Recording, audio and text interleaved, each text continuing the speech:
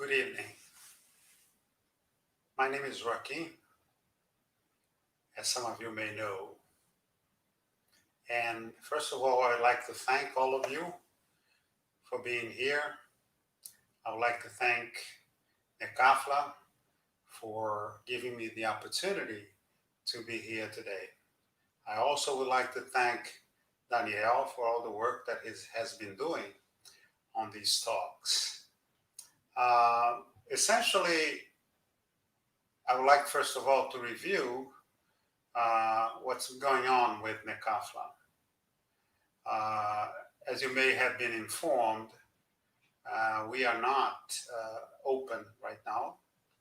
We are closed, and all our activities are temporarily suspended until such time as the government allows us to go back when it allows everyone to try to find a way out of this conundrum that we have right now with the pandemic.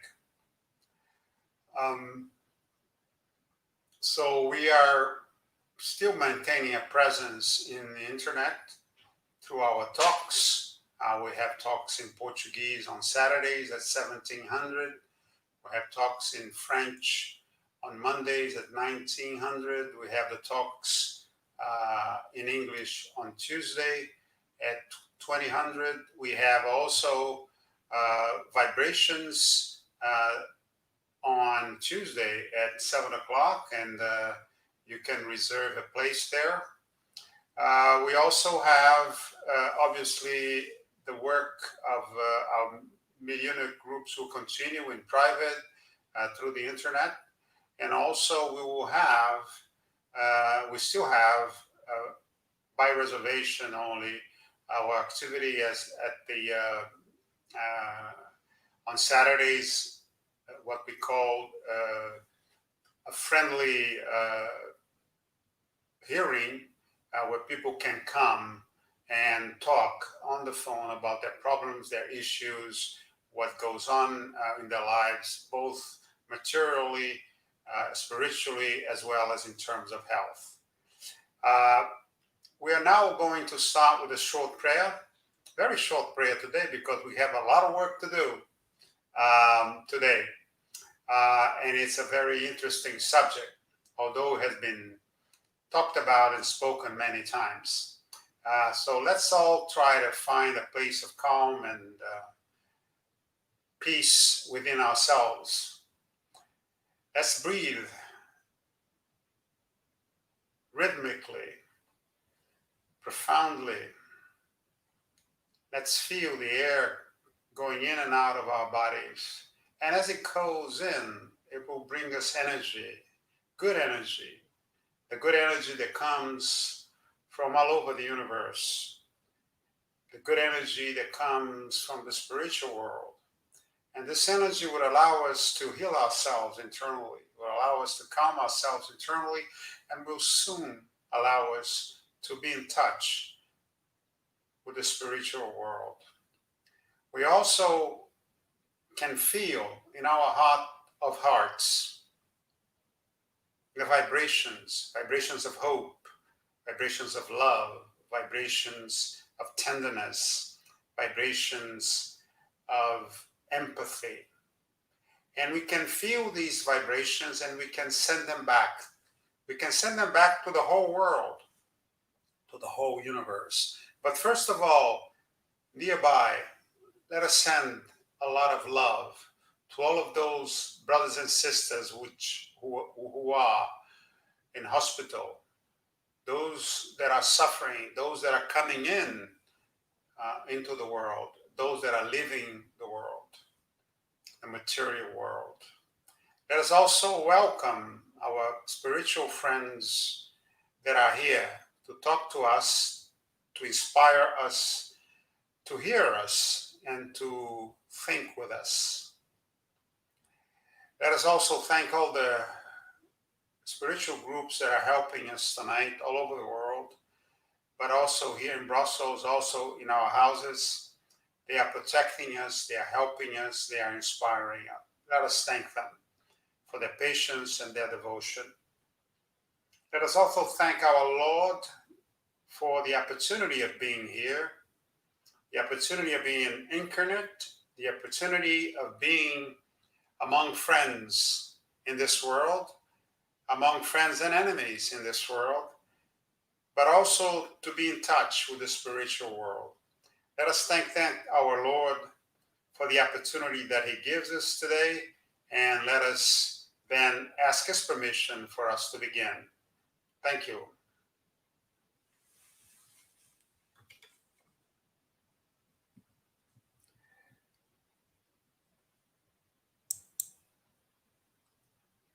Today, the theme is honor thy father and thy mother. It is a theme that has been spoken about many times. It is a theme that is sometimes painful for people to hear. It is sometimes something that you don't want to hear. You do not want to hear about your parents. You do not want to hear somebody else telling you what is wrong in that relationship, what can be done in that relationship. Because sometimes we run away from answers, we run away from solutions, we run away from confrontation, we run away from we are afraid sometimes. We're sometimes only little children inside ourselves, principally in relation to our parents. By the way, we always be our parents' children, and it works both ways. The father looks at a son, even if the son is 60 years old, is still looking at him as if he was a child, and if he was a baby. And sometimes the children also look at their parents as, the parents, somebody that should take care of them, that should love them. And many times the little boy, the little girl inside of us is still trying to be loved by their parents. So this is something that we always have to keep in mind when we talk about this very crucial relationship in our incarnate lives. So honor your father and your mother so that you may live long in the land the Lord your God is giving you. This is from Exodus 20:12. It's a very famous passage of Exodus. In general, we participate in the choice of our parents for each incarnation. And I repeat, we participate in the choice of our parents for each incarnation. So if you have imperfect parents, if you have bad parents, well, you participated in the choice. And we chose them with their qualities and with their defects, depending on past incarnations, on past conflicts we had with them, the spiritual and material families in which we had lived with them before. Because sometimes, we travel through the material and spiritual world together as a family. And as you all know, principally those from my home state in Minas Gerais, Brazil, there are a lot of tensions within families. So let us accept our choices. Let us not hide behind our choices. Let us not pretend that we didn't help in the choice. We did help. Most of the time, with very few exceptions, we are consulted. Do you agree to be the children of these people, of these brothers and sisters? And most of the time, because we are desperate to come down here, because we know that development really happens on earth or on the material world, we agree. So we participated in the solution. Parents are necessary for us to perform our tasks, to face our trials, and to accept our atonements. To honor our parents is an additional duty. It's an additional responsibility, sometimes a very heavy responsibility, sometimes a very tough responsibility. I do not say otherwise.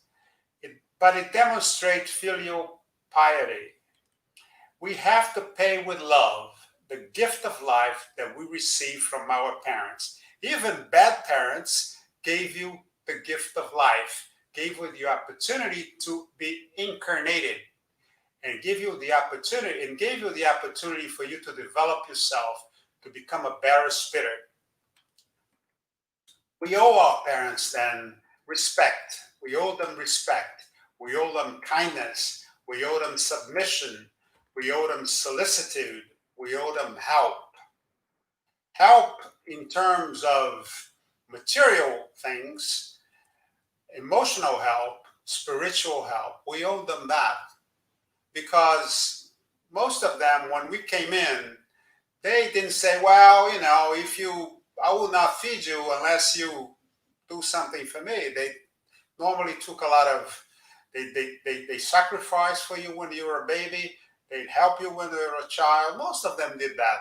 The vast majority of them did that, even those that are imperfect. So it's not enough just to give them the superfluous, what is left over from your life. You have to give them what is also what you consider to be essential. You have to give them what they need. Sometimes they don't need anything material. They just need your love. They just need your understanding. They just need your comprehension. They just need your ear so that you can hear what they say. They just need your kindness. Should be guided by the law of charity and love for our neighbor. This is a basic law. You can't love your neighbor without loving your father and your mother. You can't. Let us apply to our parents the law of charity and love. Even if it's even more important if they are imperfect. Because if they are imperfect, what you are doing is very meritorious because you are going beyond your own perception of what they are. You are going beyond the negative feelings that you may have about them. And you are still trying to love them as they are. Even if they are your enemies, even if you have a lot of restrictions about them, even if they did not behave correctly, and many parents do not behave correctly towards their children. Many of them abuse their children. Many of them beat their children. Many of them do not support their children. But you still owe them honor. You still owe them help.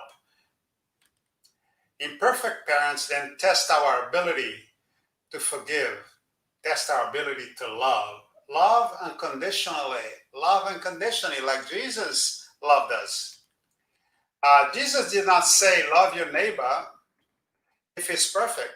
He did not say that. He did not say, love your neighbor if he's kind. He did not say, love your neighbor if he's generous, if he's righteous, if he loves you back, if he does everything you ask, if he's not egotistical. Jesus said only, love your neighbor as you would love yourself. So love your parents as you would love yourself. But go beyond that. Go beyond that. Try to see what can I do beyond just loving them as I would love my neighbor. Forgive them with sincerity, because if it's not sincere, it's worthless. You can fool the outside audience, but you cannot fool the inside audience, yourself. You cannot fool God. You cannot fool Jesus. You cannot fool the superior spirits. So forgive them with sincerity. Forgive them from the heart. Don't pay for evil with evil. Don't pay for evil with evil. Don't pay for evil with false, fake goodness. Pay for evil with true goodness and love. True goodness and love. Really from the heart. Really from whatever source of goodness you have. Try to resolve the issues between you and your parents while they're still here. It's very important. It's much easier sometimes, not always, but sometimes, to solve the issues while they're here. Why? Because you can talk to them directly. You can talk directly to them. You don't need to use a medium, for example, to talk to them or to hear them. You don't need to talk to them in prayer. You can talk to them directly. Pay your debts to the best of your ability. Try to do your best. If you're rejected, if it doesn't change your situation, you did not have a good relationship before, you still don't have a good relationship. So only your ego may be suffering, but that is not their problem, it's your problem. So you have to become less egotistical. You have to become less proud of yourself. Be more humble. Accept the no. But you have done your duty. You have tried. Remember that you need to pay now and not later. Pay now, not later. Don't wait for the next reincarnation. Don't wait for the next trip to the spiritual world. Do it now. Do it while you're here, because development for yourself and development for your parents would also be accelerated here while we are imprisoned by the material world. Some conflicts will not be solved in a lifetime, that's for sure.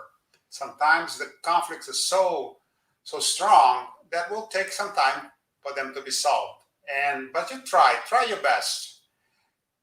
But remember, conflicts continue after material death. They continue into the material world. They continue to make your life difficult here. You know, every time you think about that father that didn't love you, you'll still be angry. Or you think about that mother that did not support you, that was not there when you needed her, you'll still be angry. You'll still be feeling bad. You'll still be depressed. So do it now. Try to solve it now. Remember also that absent parents live within us. Some of us, not my case, but other people, have parents which are absent. Mainly men. A lot of men just make children and go away. Sometimes it's the best thing they can do for them because they aren't prepared to be parents. But most of the time they are because they don't care. They don't care. They just walk away. They don't want to take the responsibility of raising a child, of being there. And remember, a father is the one that raises you. Is always remember that. Not necessarily the one that created you biologically. Although he's still important by his presence and by his absence, the real father you have is the one that raised you. We have parents. We have the parents that we need for our development. They're exactly what we need. And this was in your incarnation plan. It was there. You know, we're going to give you that parent, we're going to give you that mother or that father, and you're going to have to deal with them. You're going to have to forgive them. You're going to have to talk to them. You're going to have to understand them. And they are exactly what you need for you to develop. Because otherwise it would say that, well, God's plan is not perfect. God's will is wrong. And that obviously cannot come from a Christian person, cannot come from a spiritist. So God's plan is perfect. So your parents are perfect for you. They are exactly what you need to go over certain obstacles. And repeat after me. Yeah, just like in school, like when you were in kindergarten. Resolve the issues. Write 100 times. Resolve the issues. Pay for the debt. Pay for the debt. Don't judge them. You're not a judge. You're not God. You're not Jesus. You're not here to judge anybody, not even yourself. Love them. If you have love in your heart, a lot of the problems will be solved. Talk to them about the whole relationship. Talk to them about the whole relationship. Think about that also when they're no longer here. Think about the whole relationship. What did not work, but also what worked, what functioned, what was right. Talk about the bad times, of course. Don't hide from that. Don't pretend like in Facebook that everything is fine, everything is wonderful, everything is smiling faces. Talk about the good times as well. Don't expect total compensation. You know, the good times don't necessarily compensate for the bad times, or vice versa. But, you know, it's always good to know that you have a balanced position. Some parents cannot change. If someone gets to be about 90 years old, 92, 93 years old, it is difficult for him to change or for her to change. So don't expect change necessarily. They can change, of course, but don't expect that. Lower your expectations. Just try to communicate, just try to talk to them. But some children also cannot change. We are children, and sometimes we can't change. We are so sure of ourselves. We are so sure that they're stupid, that they're old, that they no longer with the times, that their world is dead, that we don't change, that we know everything. We have Dr. Google. All we have to do is Google things, and everything happens there. Some people, principally in the Western world, they pay very little heed to experience. That is not something that you see in some Eastern societies, where older people are much more respected. Don't expect miracles. Don't expect miracles, neither from yourself nor from your parents. Because if you have a lot of anger within yourself about your parents, it's going to be very difficult for you to change in relationship to them. Communicate in person, preferably. Communicate in writing. Write them a note. My daughter, for example, when she was about 2 years old, 3 or 4 years old, every time I left home to go to my job in another city, she would leave a little note in the pocket of my jacket. And and those notes were wonderful for me. They gave me a lift. They took me all the way to where I was going with love in my heart. So communicate in writing, even after they're dead. Even after they're dead. Wow, that's strange. Send a letter to someone who is dead. Well, I can tell you something that happened to me recently. I received a letter from my dad 30 years after he died. 30 years after he died. It was just in a drawer because he was too sick to go to the post office, and he gave it to somebody to mail it, and the person forgot to mail it. And recently, we found the letter. I found the letter. And in this letter, it was something that I found an answer that I was always looking for. Always looking for that answer from my dad. And it was there. He had written it, but unfortunately, I didn't get it that much later. But anyway, if you're angry with your father who's dead or your mother who's dead, write them a letter. Sometimes it helps you to take out these negative feelings that you have. You communicate with them in prayer. Prayers are for free. You don't pay for prayers. So just do it. Just pray. Pray for them. But, let them go about their work. Don't call them back to life to help you every time you have a crisis. Let them live their spiritual life. Let them develop themselves. Let them work. Let them heal. Let them accept other spirits. Don't call them incessantly to your side every time you have a crisis. Liberate them from your dependency. Talk to them in dreams. It's very important. Sometimes our parents come to us in dreams, and we can have a real dialogue. Again, not that I want to talk about myself all day, but I was able to forgive my father for some of the things that he did during a dream.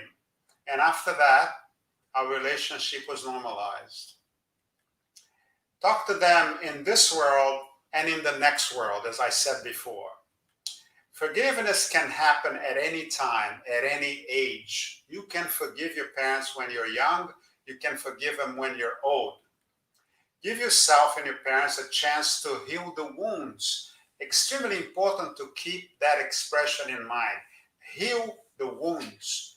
If you have a wound, don't squeeze it. Don't poke it with a knife. Try to heal it. Put something on top of it. Stop the bleeding. That is how you try and heal a wound. Forgive. Take the first step, even if it's difficult for you. even if your pride does not allow you to. Be indulgent, be patient, analyze the conflicts. Extremely important to analyze the conflicts. What happened? Ask without anger, answer without violence. Sometimes we are very violent with our parents, verbally. Explain with love. Look for a solution. Don't try to punish. Don't try to punish. Leave the punishment, if any, or corrections, if any, to those who are competent to do it. Not you. You're not competent for that.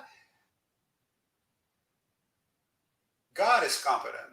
Jesus is competent. The superior spirits are competent. The law is competent. Don't be afraid of the answer. Sometimes we are afraid of the answer, so we don't even ask. Readjust your structure. Change the way you look at yourself. Change the way you look at your parents. Change the way you look at them relative to each other. Sometimes, you have to take one of your parents down from the pedestal 1 or 2 steps and raise the other, the bad one, 1 or 2 steps.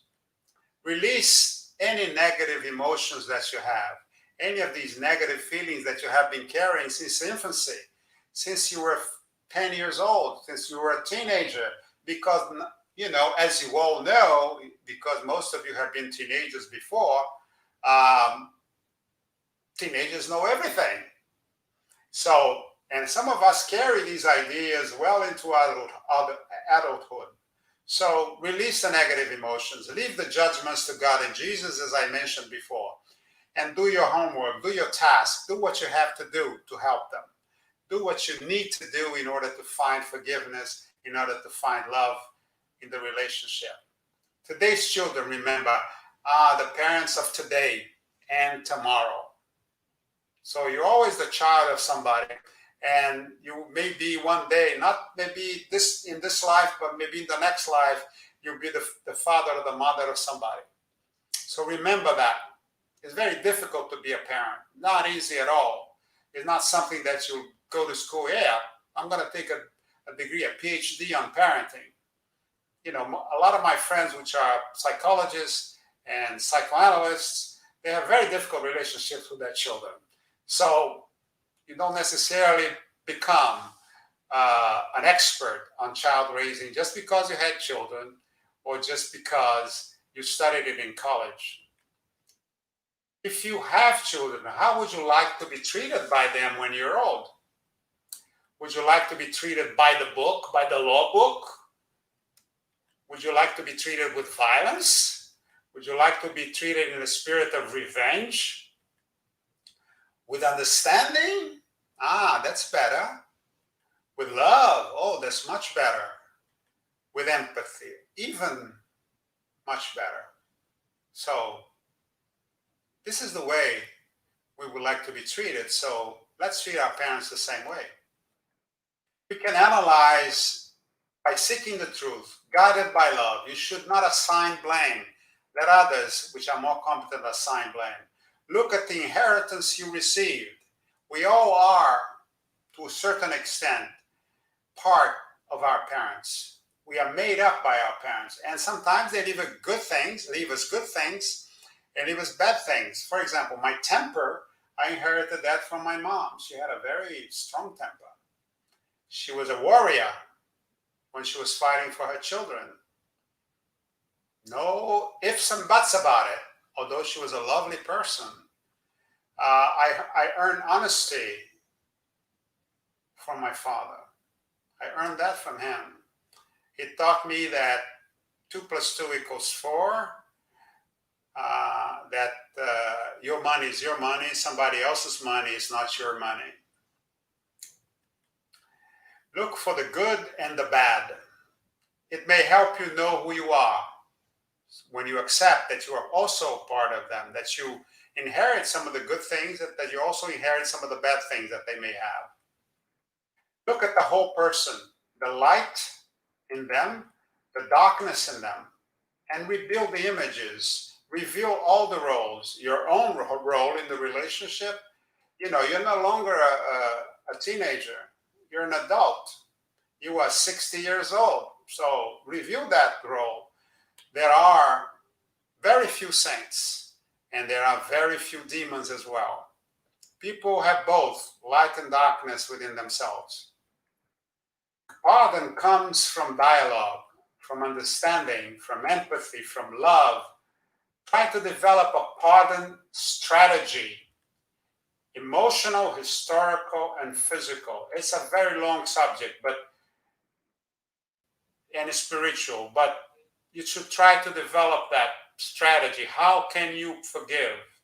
And sometimes you have to travel. Sometimes you have to go where your parents have been in order to understand them. My father fought in the Second World War in Italy during the winter. And it was only after I visited the battlefields that he fought that I understood a little bit of what he was. Scars are the memories of wounds that have healed, but they can still be painful.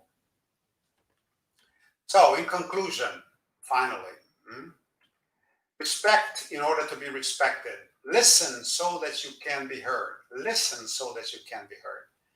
Understand so that you are understood.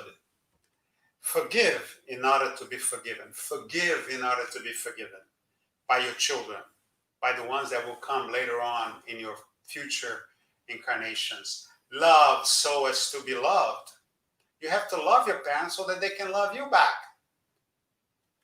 We always expect them to love us first. Now that we are adults, we can love each other equally. Honor so that you can be honored as well. And search for reconciliation. If you have a bad relationship, search for reconciliation. It's very important. I pay here my respects to my father and my mother. Here's my father. Here's my father again. Here's my mother. Both very important to me. None of them were saints, but I am who they were. Let's talk a little bit about some questions and themes that I can leave with you so that you can think about them later. Sometimes you're going to be angry about them, but it's something that will help you in your analysis of your relationship with your parents. Does forgiveness justify or endorse past acts? If you've been abused, for example, the fact that you forgive, does it justify it? Does it explain it? No, it doesn't. It doesn't justify, it doesn't endorse past acts. You can always condemn the act, but you should forgive the sinner. Just like Jesus did with Mary Magdalene.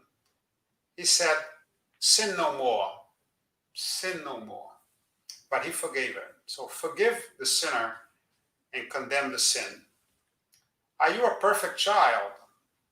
Even at 45 years old, are you a perfect child? Probably not. Probably not. Probably not. Some of you, I still think you're perfect, but probably not. Are you a perfect parent? Certainly not. Ask your children what they think of you if you think you're perfect. They're going to tell you some things that you did not expect, that you did not see, that you did not see. The other day, I was talking to my grandson, and my wife asked me, why are you kneeling to talk to him? And I said, well, because my youngest daughter told me that she was afraid of me when she was a baby because I was so big. So now with my grandson, I go down on my knees to talk to him and roll on the floor. So I don't want to scare him, but I didn't know I was scaring my daughter. Are you a perfect parent? Certainly not, as I said before. Do you know what you've done in past lives? Absolutely not. You may have a hint because you have, for example, a violent nature, and sometimes you blow up, sometimes you are aggressive, but you don't know. But you certainly know that whoever is your father and your mother had a relationship with you before. And who is the executioner? Who is the victim? We always, as children, think that we are the victim, but sometimes we're not. Sometimes we're just there to really torture our parents. I've seen some children which are really nasty to your parents, even when they're young. They don't study, they take drugs, they are violent, they talk back, they think their parents are stupid. etc., etc. So you're not always the victim. You sometimes are the executioner. Who's the monster and who's the witch? The same. That can also be a representation of your relationship to your parents, who is the monster and who is the witch, but also who of your parents is the monster and who is the witch. Because sometimes parents fight with each other, and one will create a monster in the eyes of the children. And sometimes the monster is not so monstrous after all. So try to see who is the monster and who is the witch. Should we forget what was done to us? No, it is impossible to forget. You can put the memory inside a drawer, close a drawer, put a lock on it, sit on it, but it's still there in your unconscious, and probably is doing you a lot of harm. So the best way to do it is really to let it out, to confront it. It's not easy to let it out, really not.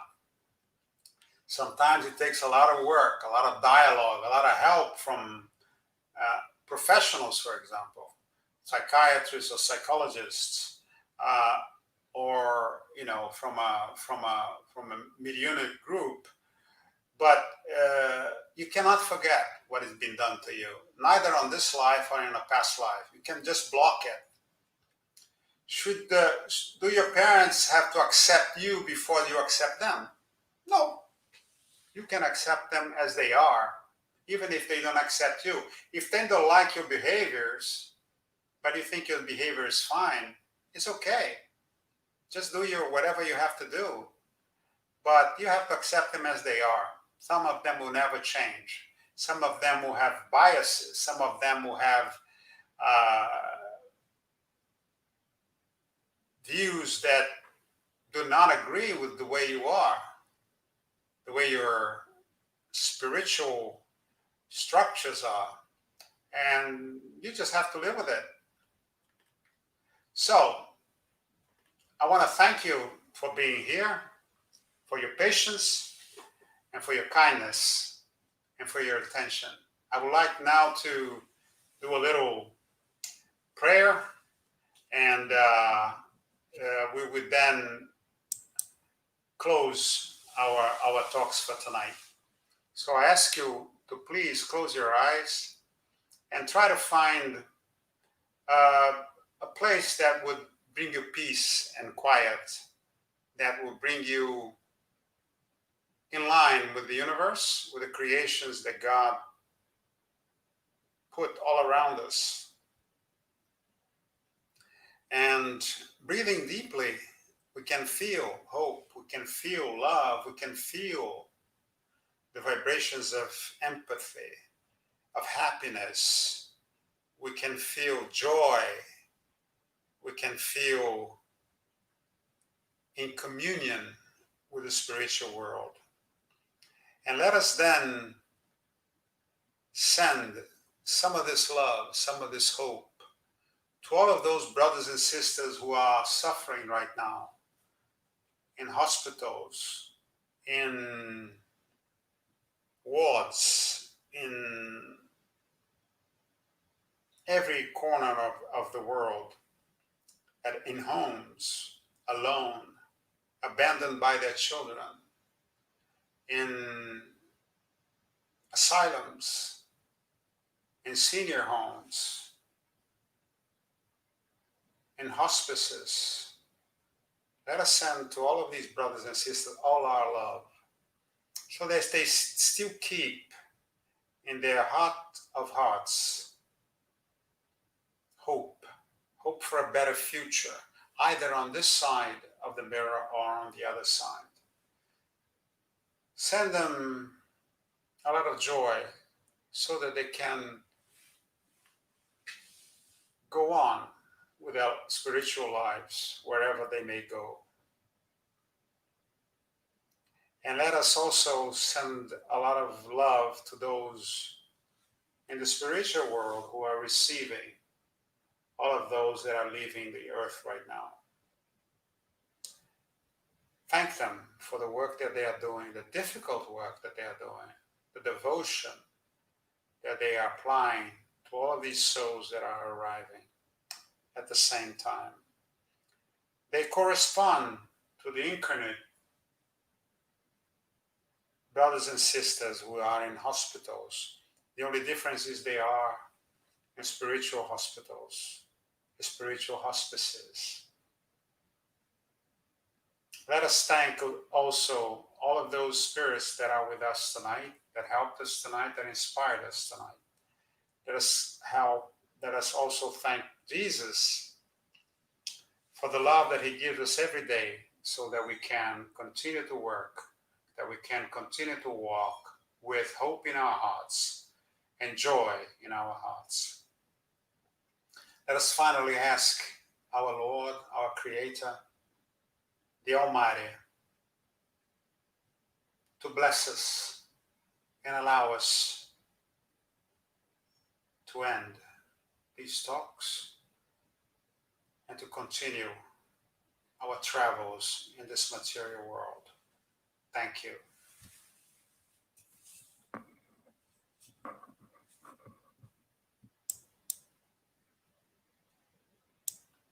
Till next time.